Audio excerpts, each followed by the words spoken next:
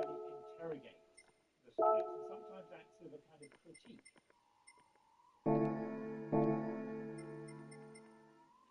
I suppose what an artist brings is that we're idiots and we don't know what we're talking about. So we can imagine beyond that because I think knowledge can be both liberating and constraining at the same time.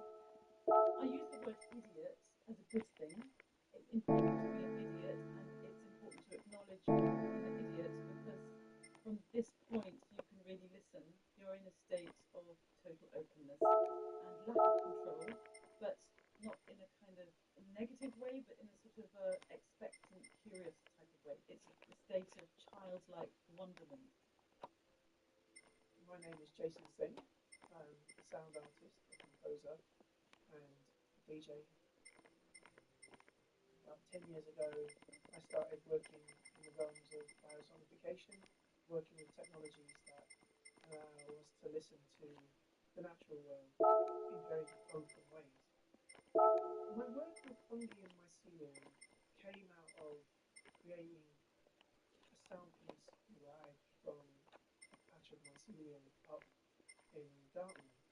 All living things generate electricity, and I use a device which I connect using these sensor clips or sticky pads, which then go onto a leaf. They attach inside the mushroom or onto the mycelium. And then what happens is the sort of electrical charge that is being generated is then converted into MIDI, which is a language understood by audio software. And then through those synthesizers and through my audio software, I route it to different instruments. And so it will generate melodies, it will generate rhythms, effects. Recently I recorded a fly garret which had a creature inside it that was eating it from the inside. And hearing the sound of that mulching and squelching inside it, that was literally the sounds of activity within the mushroom. It's just incredible what it does when it meets people's ears. Because, there's this real fascination about, well, what am I?